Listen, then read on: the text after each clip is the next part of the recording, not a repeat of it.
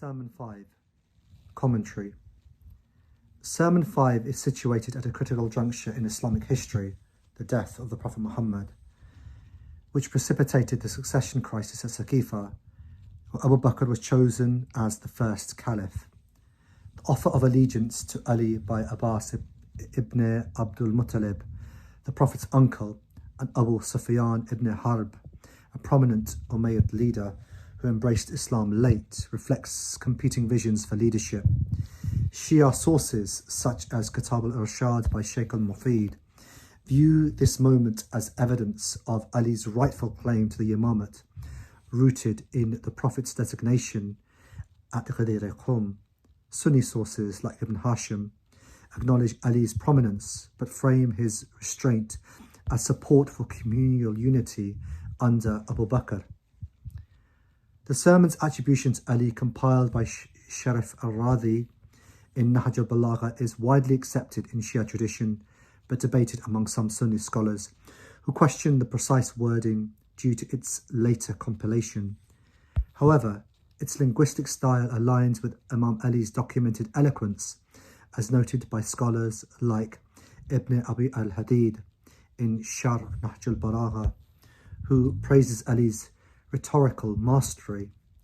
The sermon's historical plausibility is supported by accounts in Al-Tabari Tarikhs, which describe Abbas and Abu Sufyan's political maneuvers post-Prophet Muhammad. The offer of allegiance likely reflects strategic moves. Abbas may have sought to secure Banu Hashim's leadership, while Abu Sufyan, a former adversary, possibly aimed to counter Qurayshi rivals to destabilize the Saqifa consensus. Ali's refusal, as articulated in the sermon, underscores his prioritization of unity over division, a decision Shia scholars like Allama al-Hilli interpret as evidence of his divinely guided wisdom, while Sunni scholars like al-Ghazali see it as pragmatic statesmanship. Sermon 5 engages with core Islamic theological themes, particularly from a Shia perspective, while offering universal insights, imamate and divine guidance. The sermon implicitly asserts Ali's unique qualifications for leadership, rooted in his proximity to the Prophet Muhammad and esoteric knowledge. I possess hidden knowledge. Shia theology, as articulated in works like Al-Qafi by Al-Qulayni, view Imam Ali as the divinely appointed Imam, entrusted with walaya, spiritual authority. His restraint reflects not weakness, but adherence to divine timing, contrasted with human-driven ambitions at Saqifa. Ali's metaphor of turbid water and a choking morsel critique the pursuit of power without divine sanction, aligning with Quranic warnings against worldly attachments. This resonates with Islamic philosophical discussions, such as those by Al-Farabi on the tension between temporal and spiritual authority. Imam Ali's dilemma: if I speak out, they accuse me of greed. If I remain silent, they claim I fear death, reflects the ethical paradox of righteous leadership. His patience mirrors the Quranic model of prophets like Ayub, emphasizing endurance over ambition. The reference to hidden knowledge invokes Shia doctrine of ilm al-ghaib, knowledge of the unseen, attributed to the Imams. This aligns with hadiths such as the Prophet saying, I am the city of knowledge, and Ali is its gate. The imagery of trembling ropes in deep wells suggest the community's unpreparedness for divine truths, a theme explored in Sufi exegesis by figures like Rumi. Imam Ali's intimacy with death, in his saying, I am more familiar with death than an infant with its mother's breast, underscores his readiness for sacrifice, a motif central to his later martyrdom in 661 CE. This echoes Quranic valorization of martyrdom and foreshadows Imam Ali's lifelong commitment to truth over safety. Sermon 5 exemplifies Ali's rhetorical genius, categorized by concise yet layered language, as noted by literary scholars like Al-Jahiz. Key rhetorical features include the nautical metaphor, navigate through the waters of mischief aboard the ships of salvation. This draws on Quranic imagery to depict the Ummah's perilous state post the passing away of the Prophet. The ships of salvation symbolize divine guidance, with Ali as the navigator, a motif resonant in Shia exegesis. The agricultural imagery.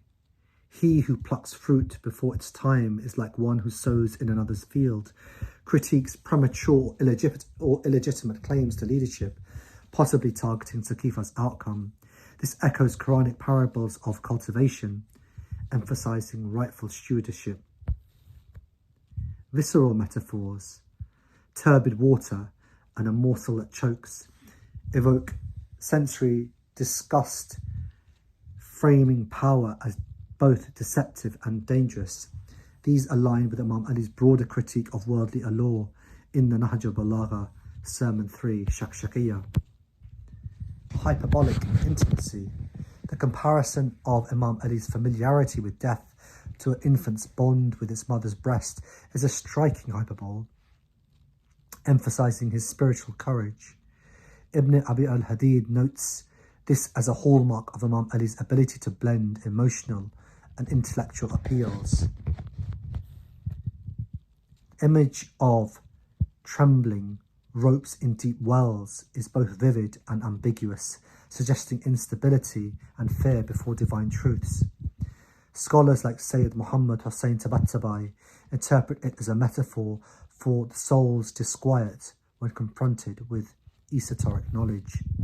The sermon's brevity, fewer than only 100 words in Arabic, belies its depth, a testament to Imam Ali's mastery of balagha, Arabic rhetoric, blending fasaha, clarity, and bayan, expressiveness.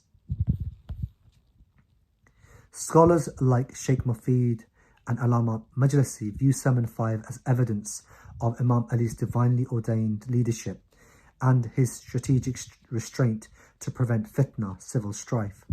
They cite his hidden knowledge as proof of his imamate, distinguishing him from other contenders.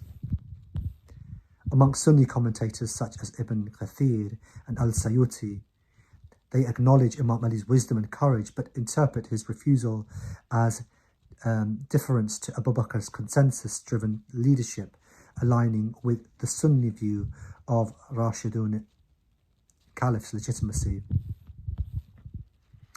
Ibn al-Hadid, a Mu'tazili scholar, praises the sermon's rhetorical structure, noting its use as antithesis, speak out versus remain silent, and metaphor to convey moral complexity. Modern scholars like Muhammad Abduh highlights its universal ethical appeal. Sermon 5 remains a touchstone for several academic discourses. Political theology, the sermon engages with the legitimacy of authority, a central question in Islamic political thought.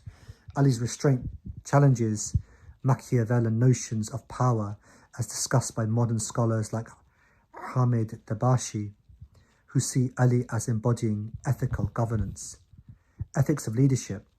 Ali's prioritization of unity over ambition offers a model for ethical leadership relevant to contemporary studies in Islamic ethics. His dilemma reflects the tension between principle and pragmatism. The sermon's linguistic artistry is studied in Arabic literature, with scholars like Abdul Fattah Kilitu noting Ali's influence on Arabic prose. Its metaphors are analysed for their psychological and spiritual impact.